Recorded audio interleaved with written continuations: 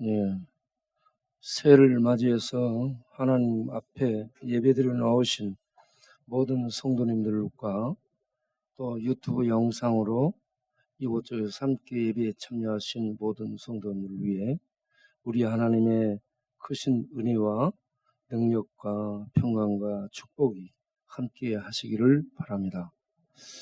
새해 우리 하나님의 놀라운 은혜와 능력 중에 사는 우리 모든 성도님들이 되시기를 바랍니다. 네. 지난 한 해 동안 하나님의 은혜 중에 우리는 살아왔고 또 이런저런 많은 일들을 수행하며 여기까지 올 수 있었습니다. 한 해를 돌이켜볼 때 살아있는 것에 감사하고 그리고 연약한 우리들을 통해 하나님이 이런저런 많은 일을 행하실 수 있게 해주신 것을 감사하게 됩니다. 특별히 광야의 행사를 코로나 어려움 속에 이런저런 모임에 대한 이 제재와 규제가 많은 때에 우리는 이 행사를 잘 치를 수 있게 되었던 것 참으로 감사하게 생각합니다. 그리고 이어서 광야인의 감사의 밤 행사를 인사동에서 우리가 또 한 5일 정도를 계속 연이어서 예배를 드리며 개최를 할 수 있었던 것도 감사를 드립니다. 그리고 이 시대에 가장 중요한 문제점으로 저에게 다가오는 분야가 중독 부분입니다. 알코올뿐만이 아니고 도박, 마약, 그리고 게임, 포르노, 그리고 폭력, 방탕 이런저런 것들의 중독이 편만해져 있습니다.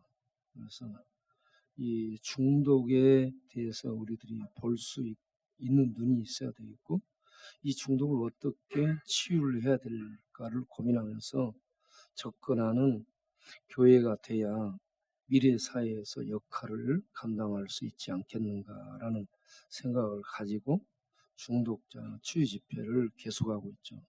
월요일마다 음성하고 한 달에 2박 3일 집중적으로 이렇게 말씀을 통해 치유를 하기 위해 우리가 계속 트라이를 하고 있는 중에 있습니다. 안 되는 것 같음에도 불구하고 우리는 도전에 계속 도전을 하고 있습니다. 하나님이 어떻게 역사하실지 하나님이 역사하시면 놀라운 은혜가 있으리라고 봅니다. 그리고 연말 역전 자정 집회를 우리가 쭉 했었는데 이번에는 광장 전도 집회로 바꿔가지고 연말에 광장에서 노방 전도 집회를 했습니다. 우리 광약교회가 일반인들이 생각할 때 노숙인 대상으로 밥만 주고 노숙인 대상으로 사역만 하고 쪽방인들을 대상으로만 사역하는 줄로 아는데 그렇지 않습니다.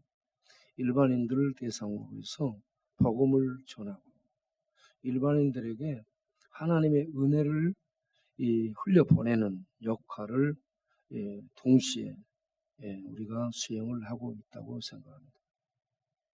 그래서 역전의 전도 집회를 하는 모습을 본 외부 사람들이 우리 교회가 하는 것이 제일 은혜 있고 힘 있고 좋다라고 얘기를 합니다. 다른 데서 나가서 하는 것은 상당히 올드하고요. 그리고 좀 진부하고 그리고 이 시대와 함께 가는 이런 느낌을 이렇게 하기 때문에 좀 힘들게 되는 그런 경향도 없지 않아 있습니다. 늘 시대의 변천을 타면서 맥락을 같이 하면서도 내용은 복음을 가지고 그 시대가 받아들일 수 있도록 늘 연구하고 만들고 해서 복음을 전할 수 있도록 해야 되리라고 생각합니다. 그래서 우리 역전 전도 집회는 그러한 노력 속에 이렇게 진행이 되기 때문에 가던 사람의 발걸음을 멈추게 하고 달빛 한 모금을 먹는 것이 아니라 복음 한 모금을 먹고 진리의 생수를 숨으로 들이마시면서 참여하며 가고 있다라고 생각합니다. 그래서 굉장히 우리 역전 전도 집회는 이 시대에 효과를 주고 있는, 효력을 주고 있는, 영향을 주고 있는 그런 전도 집회라고 자체 평가를 하고 있습니다. 그리고 우리가 다른 교회는 기존 교회의 교인들이 70% 나오고 많이 나오는 데는, 적게 나온 데는 50% 나온다고 합니다. 코로나 이후에. 그런데 우리는 많이 나오고 더 많이 전도됐고 또 학습 세례를 줄 수 있게 되었어요. 코로나 재앙 속에서도 부흥하는 그런 교회 중에 하나가 됐습니다. 한국 교회 문 닫은 교회가 10,000개 정도 된다는데 왜 이런 어려운 상황 속에서 우리는 부흥이 됐다. 이게 어떻게 된 결과일까? 하나님의 말씀을 믿고 말씀을 실천하고 말씀대로 하나님 일들을 감당하는 하나님의 말씀이 역사하셔서 열매를 맺는다라고 봅니다. 그렇기 때문에 어떤 어려운 상황을 직면하여서 힘드니까 할 수 없다, 못하겠다라고 손 놔버리게 되면 이 하나님이 역사할 수 없습니다. 힘들고 어려울지라도 하나님이 역사하심을 믿고 하나님의 말씀을 실천하기 위해서 노력을 하게 되면 하나님이 이 말씀과 함께 역사하시게 될 줄로 믿습니다. 그래서 어려운 시대 상황 속에서 오히려 그때를 기회로 삼아서 더 열심히 사역을 한 교회들은 부흥을 하게 되고 이런저런 통제 규제 속에서 손 놔버리고 아무 일도 안 하고 있는 데는 다들 이렇게 저렇게 힘을 잃고 흩어지고 있지 않는가라고 생각을 합니다. 특별히 작년에 이렇게 우리가 감사할 것이 많은데 학습 세례 이번 크리스마스 때에 성탄절에 8명의 이 학습 교인을 이렇게 우리들이 세울 수 있게 되었다는 것 참으로 감사한 기쁨이었고요. 그리고 우리 빨갱이가 이태종 집사입니다. 어디 있어요? 우리 이태종 집사님이 할아버지, 중조할아버지, 고조할아버지, 뭐 할아버지, 아버지, 형님 해가지고 전부 절 주지를 맡았고 절에서 살았고 아버지가 주지할 때 빨간 옷을 입으라 해서 빨간 옷을 입게 됐고 꿈속에 귀신이 나타나서 빨간 옷을 입고 살아 해서 빨간 옷을 입고 귀신하고 같이 귀신말 두고 살았던 사람이 하나님의 은혜에 의해서 귀신들이 나가고 이렇게 열심히 음성 멀리 쓰면서도 예배에 참석하고 그냥 오는 것이 아니고 꼭 뭘 사가지고 와요. 사과를 사오든지 감을 사오든지 딸기를 사오든지 떡을 해오든지 뭔가를 꼭 해와요. 이 이름이 중요해요. 이태종. 이 사람은 태어날 때 종으로 태어났다. 열심히 일을 해요. 열심히 일을 해가지고 또 엉뚱한 데 갖다 바치는 것도 많지만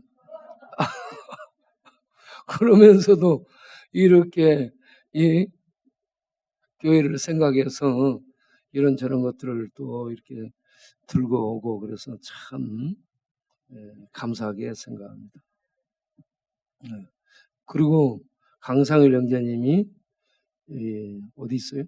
안 보이는데 강상일 형제님이 40년 이 스님이 돼서 생활을 했던 분이 우리 동네에 들어와서 이렇게 천막 예배당 참석하고 그리고 말씀 듣고 그리고 음성에 가가지고 저랑 제가 음성에 가면은 그 저수지 둘레길을 쭉 걷습니다. 운동도 되지만 가면서 이런저런 얘기를 하며 심리적으로 상담을 하고 내적 치유를 하고 이런저런 인생사를 들으면서 호흡을 같이 하는 거죠. 그 가면은 쭉 얘기를 합니다. 네. 얘기를 하니까 이런저런 참 기가 막혀. 아버지가 신부였고, 예, 본인이 또 이 스님이었고, 아버지는 신부로 가정을 가졌고, 자기는 스님으로 가정을 가졌고, 그러다가 이 카지노에 도박에 빠져가지고 16, 7년을 드나든 거예요. 그러면서 16억 내지 17억을 날린 거예요. 그리고 은행에서 빚을 내가지고 대출을 받아가지고 카지노를 한 겁니다. 미치면 그렇게 되는 거예요. 중독이 되면. 그러다가 이거 뭐 안 되겠다 싶어가지고 마지막 가지고 있던 자기가 조그만 절을 가지고 있었는데 그 절하고 은행 빚하고 퉁쳤대요. 퉁쳤다는 거 알죠? 예, 예. 바꿨다 이 말이에요. 그냥 그렇게 해결을 하기로 했다 이 말이에요. 예, 그렇게 하고 끝냈대요. 그러고 나서 대구에 가가지고 유명한 스님이 있어요. 자네 저승 갈 때 뭘 가지고 가려는가라는 책을 쓴 이 유명한 스님하고 절을 시작을 했어요. 포교원. 그런데 이 양반이 어디 나갔다가 죽어서 들어온 거예요. 그래서 거기에서 충격을 먹고 절을 떠나서 봉화 깊은 산속으로 들어가서 조그만 절에서 살면서 여기저기 절에 다른 절에 이 일을 하러 다녀요. 이 양반이 그림을 전공으로 그려가지고 탱화 부처님 상을 그려 큰 상. 그리고 달마대사 전공이에요. 달마대사를 하도 그리다 보니까 달마대사 닮아가지고 얼굴이 보세요. 달마대사하고 비슷해. 다 이러고 있어요. 예. 그리고 백담사에서 108라한을 그렸대요. 예. 그리고 여기저기 단청 작업을 해주는데 단청이 뭐냐? 절에 보면 귀앗장 끝 부분들에 파랗고 빨갛고 그림 그려 넣는 거 있죠. 그걸 하러 다닌 거야. 그 그림이 아주 거기도 재주가 있어가지고. 네. 그러던 중에 뇌경색이 온 거죠.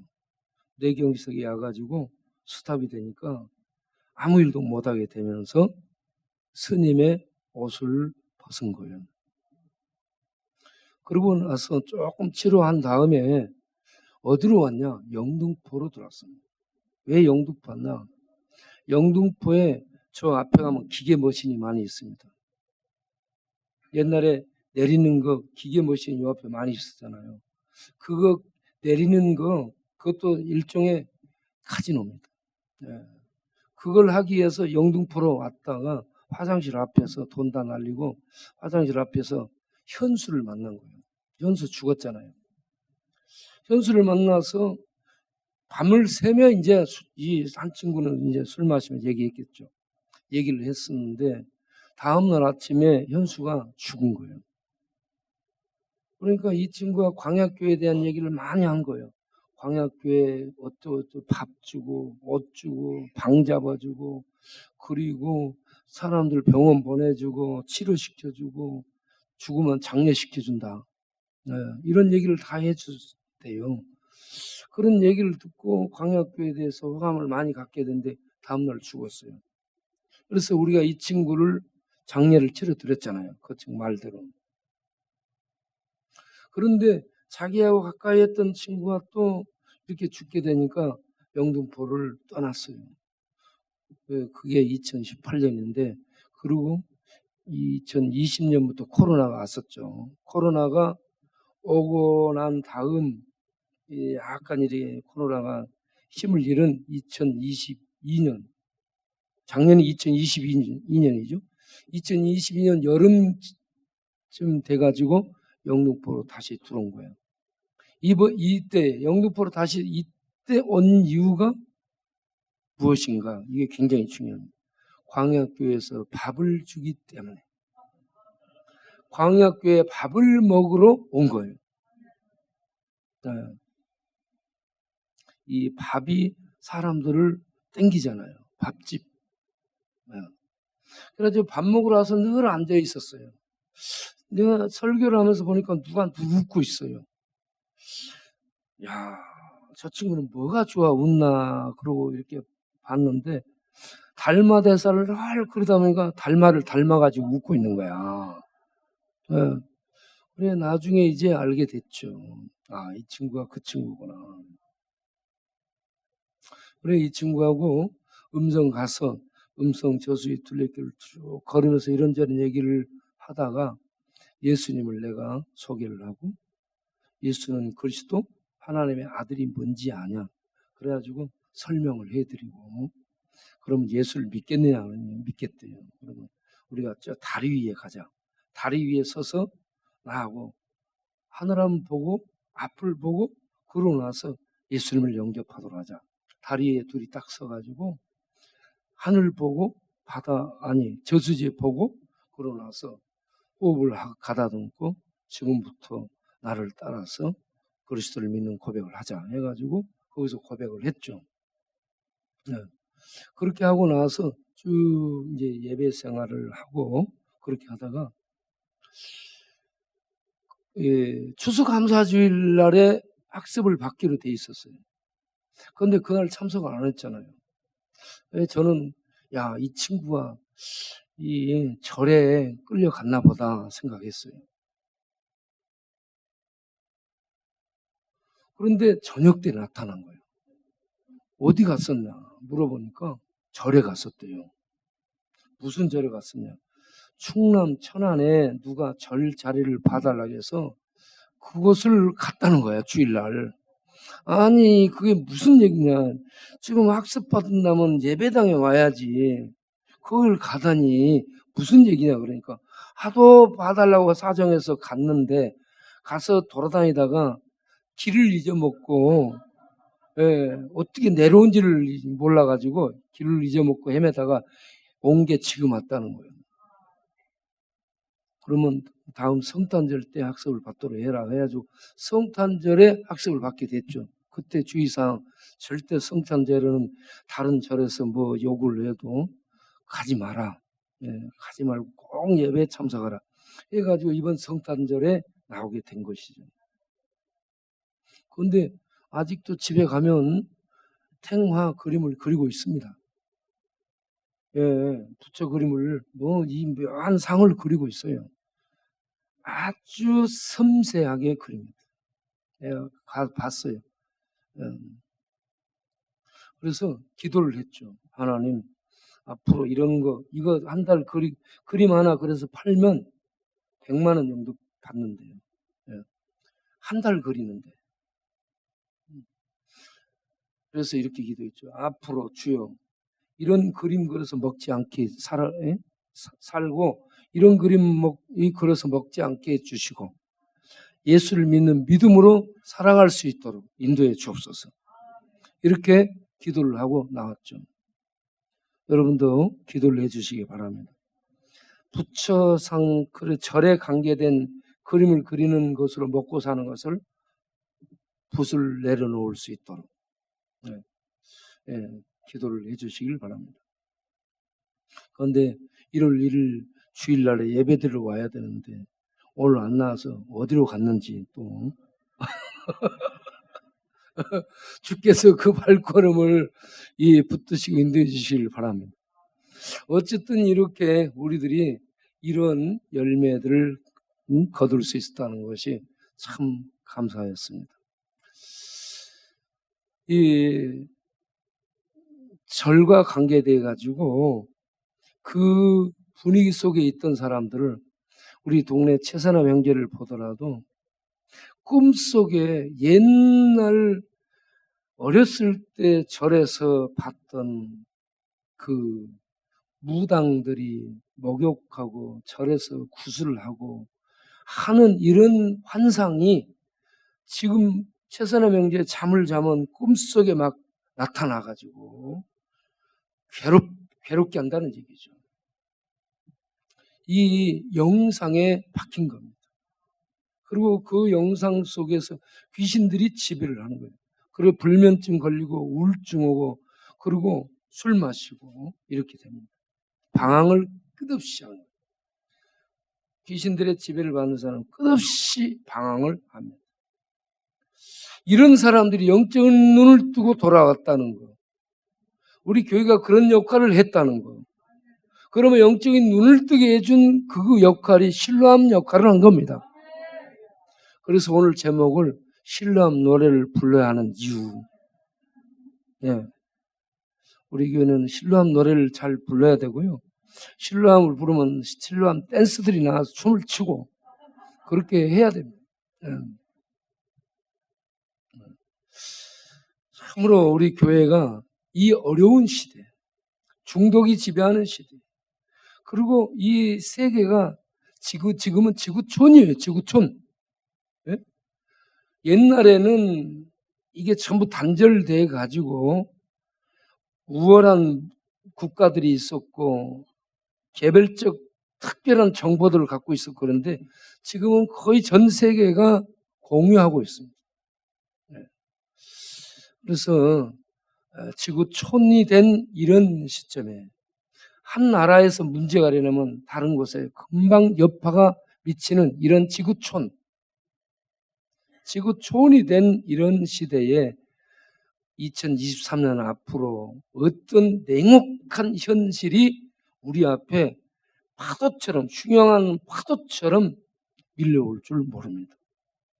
우리는 어떤 2023년은 새해가 희망이며 가능이에요.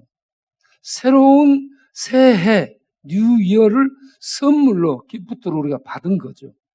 그런데 여기에는 푸른 초장 같은 미래가 펼쳐질지 아니면은 거칠은 메마른 광야 사막 같은 미래가 펼쳐질지 아니면 흉흉하는 파도가 뛰노는 이런 미래가 펼쳐질지 몰라요. 그런데 중요한 것은 환경, 상황 이거 상관없습니다.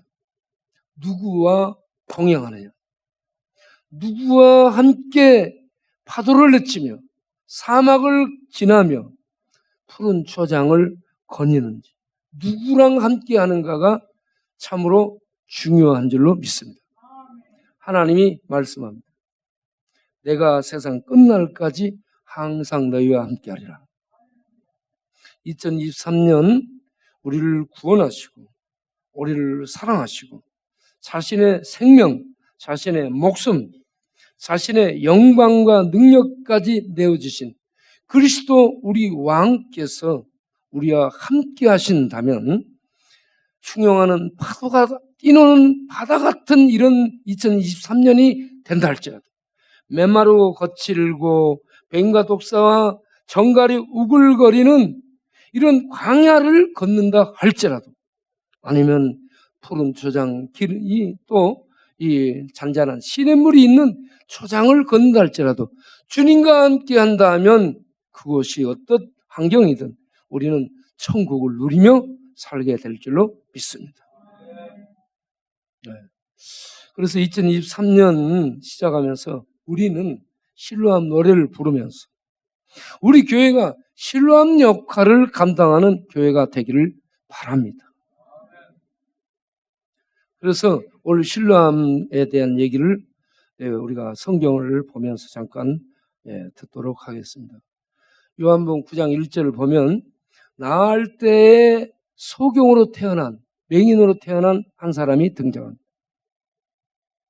나면서부터 9장 4절을 보게 되면 소경은 맹인은 밤인지 낮인지를 몰라요. 항상 캄캄한 거예요. 항상 캄캄한 상황을 흑암 속에 있다라고 정의합니다. 요한복음 1장 5절에 빛이 어둠에 빛이 돼.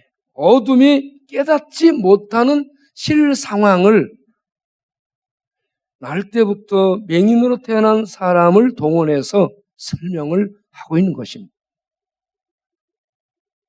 날 때부터 소경으로 태어난, 맹인으로 태어난 이 사람. 예. 왜 이런 사람을 동원시키는가? 이 사람을 통해 하나님이 하시는 일이 있기 때문입니다. 그런데 하나님이 하시는 일을 모르는 사람들은, 예수님의 제자들도 이 날 때부터 맹인으로 태어난 이 사람을 딱 보고 그들의 느낌을 얘기하는데 뭐라고 얘기합니까? 주여, 이 부모님의 죄 때문에 이렇게 됐습니까? 저 사람의 죄 때문에 이렇게 됐습니까? 라고 질문합니다. 날 때부터 맹인으로 태어난 이 상황을 신의 저주로 인식을 하는 거죠. 신의 저주 속에 이 양반은 태어날 때 맹인으로 태어났다라고 제자들은 판단한 거죠. 그래서 예수님께 해답을 구하는데, 그 부모 죄 때문에 이렇게 저주받아 이렇게 됐습니까? 아니면 본인의 죄 때문에 이렇게 저주받아 이렇게 됐습니까? 라고 죄와 저주와 결부시켜서 예수님께 묻습니다. 그러니까 예수님이 그런 것이 아니고 이 사람을 통해서 하나님이 하시고자 하는 일이 있어서 이렇게 된 것이다. 예. 그러면 여러분, 이걸 우리들에게 적용한다면, 우리들이 가난하고 우리들이 실패하고 우리들이 몸에 병이 들고 우리들이 공부도 못하고 우리들이 사업도 안 되고 우리들이 아프고 이런저런 인생에 어려움들이 너무너무 많아. 이걸 성경적으로 얘기하면 문둥병자 걸린, 문둥병에 걸린, 혈루병에 걸린, 그리고 38년 동안 병자로 아파. 다 죽어가는 거예요. 그리고 막달라 마리아처럼 7 귀신, 완전히 흉악한 귀신에 장악당했어. 예? 그리고 11장에 나온 나사로처럼 살다가 병 걸려서 죽어버렸어. 이렇게 보잘것없는 민초,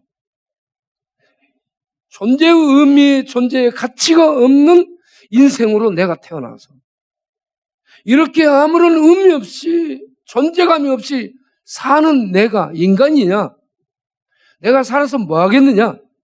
이런 생각을 하는 사람들이 많으리라라고 봅니다.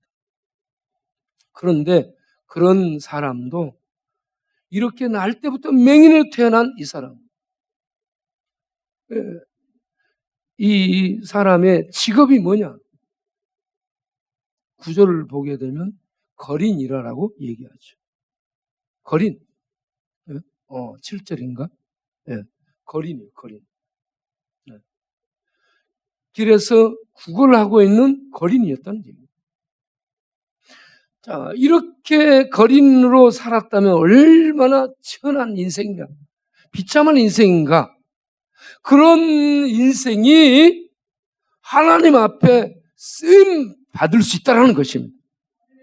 그런 사람도 쓰임 받았다면 우리도 쓰임 받을 수 있다는 사실을 믿으시기 바랍니다. 저는 전라남도 진도군 조도 섬마을, 세월호가 빠져 죽은 섬마을 출신인데 그 섬마을에 있는 묻혀졌던 저도 하나님 앞에 쓰임 받게 되잖아요. 네. 여러분, 쪽방촌 뒷골목에 쓰러져 있던 사람, 죽으려고 제초제 가지고 나왔던 그러한 방황하는 사람들, 쓰임 받을 수 있습니다. 네. 그러면 어떻게 쓰임 받을 수 있는가? 이 날 때부터 맹인으로 태어난 사람을 통해서 예수님이 빛이라 하는 것을 드러내는데 쓰임을 받게 됩니다. 요한복음 8장 12절에 예수님이 내가 세상의 빛이다. 요한복음 1장 4절에 그 안에 생명이 있었으니 이 생명은 사람들의 빛이라. 예수님이 빛이라라고 성경은 증언을 해주고 있습니다. 새해가 되면 사람들이 동해로 가죠. 동해 가서 뭘 봐요? 해가 떠오르는 것을 보는 겁니다. 자, 태양이 떠오르는, 저렇게 다른 거 하나 보세요. 태양이 떠오르는 것을 봐. 태양은 뭐요? 빛이잖아. 태양이 빛은 분명히 맞아요. 그런데 태양이 빛은 비치는데 영적인 눈을 뜨게 해줘요? 못 뜨게 해줘요? 태양이 빛은 비치는데 영적인 눈을 뜨게 해주지는 못합니다. 태양이 빛은 비치는데 죽은 자를 살려낼 수 있어요? 없어요? 없잖아요. 생명을 줄 수 없습니다. 그런데 이 영적인 눈도 띄워줄 수 없는 태양, 하늘의 참 생명도 줄 수 없는 태양을 보러 동해로 가서 태양 봐. 태양 보고 복잡하게 갔다가 복잡하게 와요. 거기 가서 태양을 봤는데 눈이 떠졌어요? 못 떠졌어요? 영적인 눈이 떠지지 못합니다. 그러면 누구를 만나야 영적인 눈이 떠질까요? 예수님을 만나야 영적인 눈이 떠집니다. 그런데 오늘 요한복음 9장을 보게 되면 이제 맹인으로 태어난 사람이 눈뜬 사건을 가지고 유대인들의 이 유지층인 바리새파가 등장합니다. 유대인을 유지하는, 유대 사회를 유지하는 사람들의 그룹이 바리새파입니다. 바리새파들은 율법을 공부하고 율법을 해석하고 율법을 지키면서 유대 사회를 유지하는 유지들이에요. 예. 그들이 이렇게 날 때부터 맹인으로 태어난 사람이 안식일에 눈을 떴어요. 야, 그러면 축하합니다. 어떻게 눈을 떴는지 병원 가서 수술했어요. 어떻게 눈을 떴는지 눈이 떠졌다니 축하합니다. 그렇게 해야 되는데 안식일에 눈 뜨게 됐다고 시비를 해요. 그들이 시비하는 그 판별식 근거가 뭐냐? 안식일법입니다. 안식일법은 율법이고 율법은 모세 체제 아래에 있음을 의미하는 겁니다. 그들은 모세 체제 아래 딱 틀이 박혀 있어요. 사람들의 틀이 중요해요. 고정관념, 선입견, 어떤 것에 틀이 박혔냐, 어떤 선입견, 어떤 철학, 사조, 어떤 가르침에 대한 고정관념이 그의 사상 밑바탕을 깔고 있는가, 이게 중요해요. 이것에 의해서 판단을 하거든요. 그래서 그들은 우리는 모세에게 배운다, 모세의 율법 체계 속에 있음을 말하면서 안식일에 왜 너 눈 뜨게 됐냐고 시비를 하는 겁니다. 그러면서 묻습니다. 자, 요한복음 9장 10절을 보면 그들이 묻되 내 눈이 어떻게 떠졌느냐, 계속 시비를 합니다. 15절에 그러므로 바리새인들도 그가 어떻게 보게 되는지를 물으니, 바리새인들이 그가 눈이 어떻게 떠졌는지를 계속 묻습니다. 그러니까 이제 그 눈뜬 사람이 예수라는 어떤 분이 이렇게 자기 눈에다가 이 진흙을 이겨가지고 발라서 실로암 못에 가서 씻으라 했더니 씻고 왔더니 눈이 떠졌다라고 얘기를 합니다. 그러니까 그걸 믿지를 못해요. 그러고는 그 부모한테 가서 사실을 확인합니다. 18절을 보게 되면 유대인들이 그가 맹인으로 있다가 보게 된 것을 믿지 않냐고 그 부모를 불러서 묻되, 그 부모에게 물으면 얘가 태어날 때부터 눈 못 봤는지 아니면은 눈 보고 태어났는지 이런 것들을 그 부모를 불러서 확인을 해요. 그러니까 그 부모가 대답하는 20절에 그 부모가 대답하여 이르되 이 사람이 우리 아들이라 분명하다. 그리고 태어날 때 맹인으로 태어났다 라고 증언을 하고 있습니다. 그런데 지금 어떻게 해서 보게 되는지, 누가 눈을 뜨게 했는지는 모른다. 왜 그러냐? 네, 22절을 보면 그 부모가 이렇게 말한 것은 유대인들이, 바리새인들이 누구든지 예수를 그리스도로 시인하고 믿는 자는 출교, 유대교에서 출교시킨답니다. 이 유대인으로서 그 민족이 누리는 모든 복지적 혜택, 민족적인 유익, 그런 특권들을 박탈해버리는 것이 출교입니다. 경제권, 활동권, 이런 모든 것들을 박탈해버립니다. 그래서 출교당하는 것이 저주예요. 저주로 쫓아내는 거죠. 그런 일을 당하지 않기 위해서 그 부모들은 모른다라고 얘기를 하고 있습니다. 이렇게 부모에게 확인한 다음에 또다시 26절을 가서 보면 묻습니다. 26절을 보세요. 그들이 이르되 그 사람이 내게 무엇을 하였느냐, 어떻게 내 눈을 뜨게 하였느냐라고 또 묻습니다. 그러니까 이 친구가 열받아가지고 27절부터 이렇게 얘기합니다. 아니 내가 이미 일렀어도 듣지 않냐고 어찌하여 또다시 듣고자 하나이까. 예? 예. 당신들도 그의 제자가 되려고 그럽니까? 그러니까 28절에 그들이 뭐라고 얘기해요? 그들이 욕을 합니다. 욕을 해. 욕하여 이르되 너는 그의 제자이나 우리는 모세의 제자라. 분명히 선을 긋고 있습니다. 자기들은 율법을 따른다는 얘기입니다. 이렇게 율법 체계 하에 있는 유대인들에게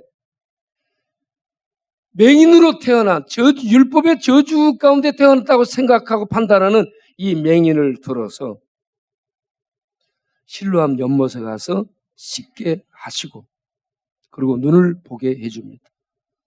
그런데 실로암 못에 가게 할 때 눈에다가 뭘 발랐어요? 진흙을.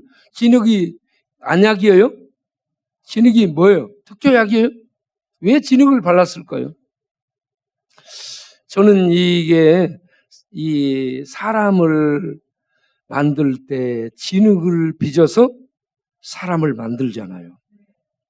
그 진흙을 빚어서 사람을 만든 그 진흙을 눈에다 발라서 이렇게 보인 것은 예수님이 창조주이시며 지금 이 눈을 새롭게 창조하고자 하는 이러한 행위를 하기 위해서 눈을 주목하도록 하기 위해 눈에다가 이 진흙을 바르고 있다라고 생각을 합니다.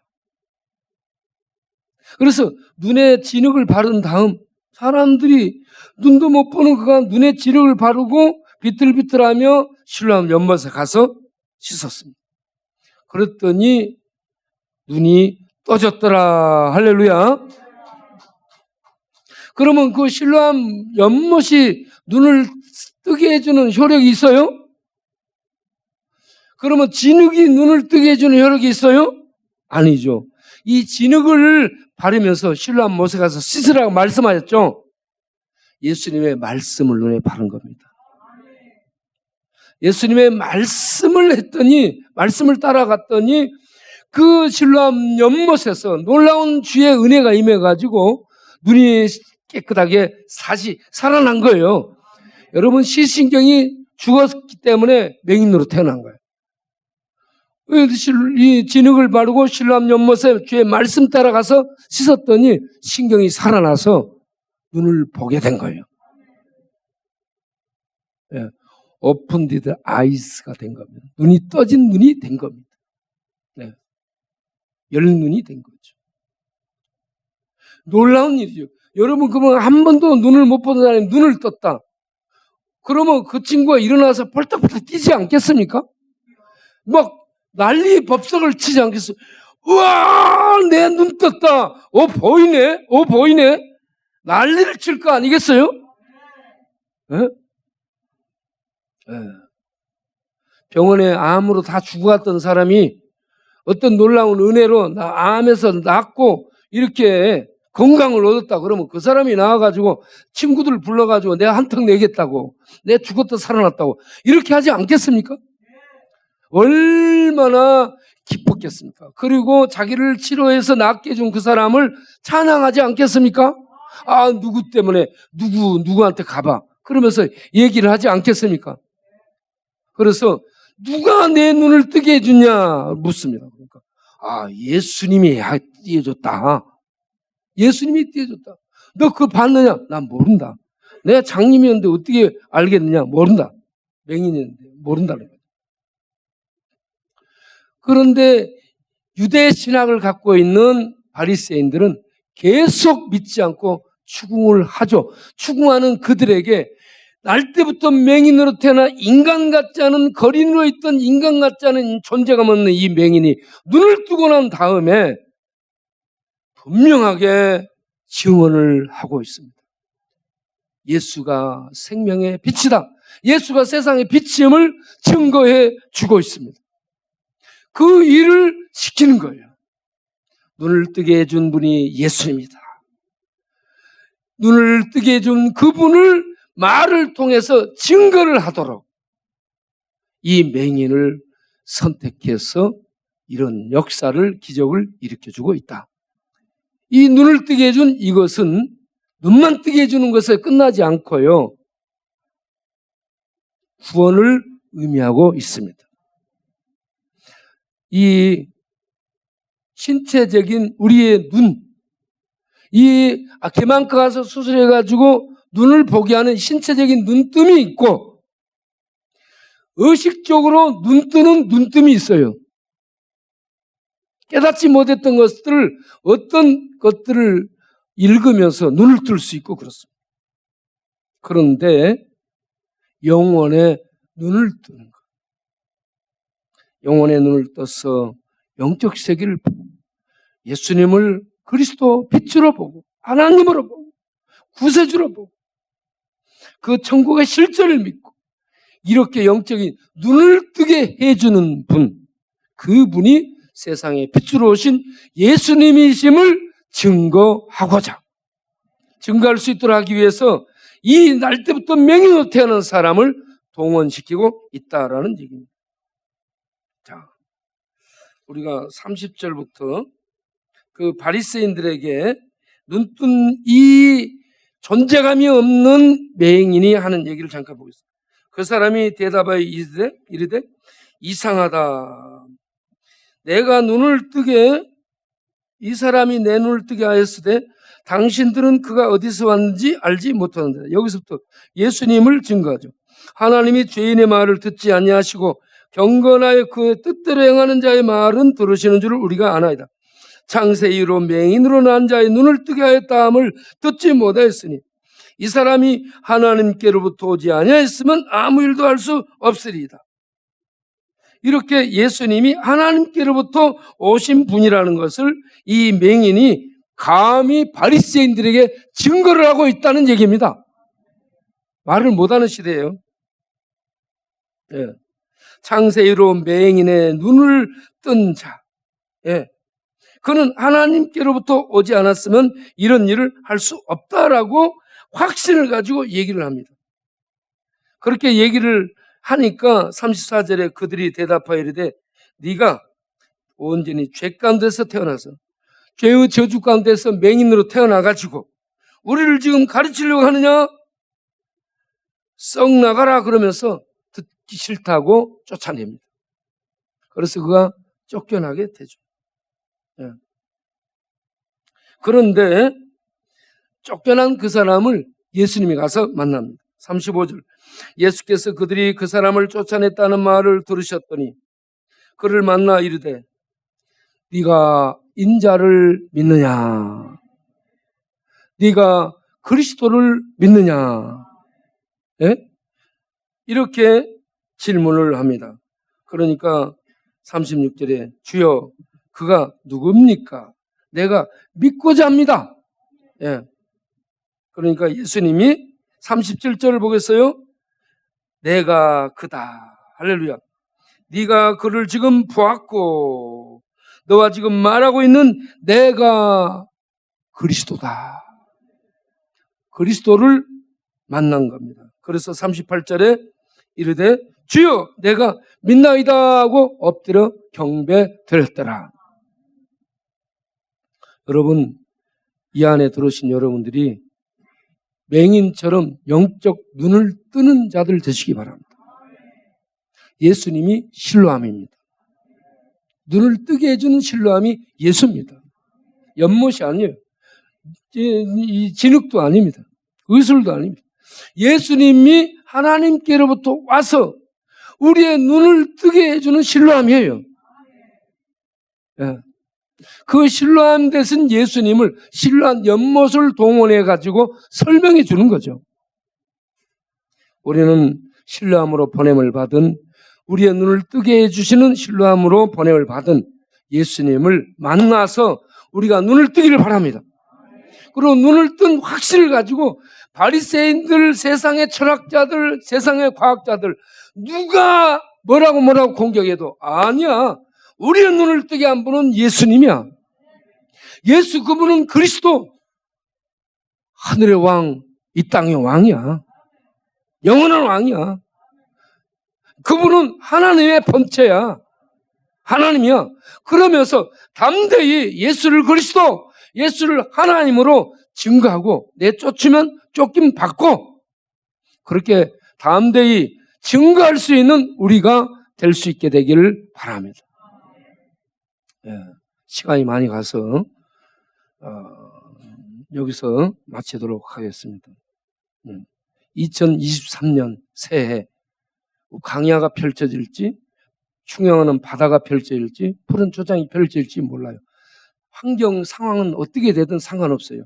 거기에 우리의 눈을 뜨게 해주기 위해서 오신 세상의 생명에 비치신 예수님을 만나 눈 뜨고 그 주님과 함께 동행하며 2023년을 헤쳐나간다면 그곳이 천국이 되고 우리는 그곳에서 생명의 빛을 세상에 비추는 이 맹인 같은 역할을 하면서 한 해를 하나님께 영광을 돌리며 살 수 있는 새해가 출발될 줄로 믿습니다.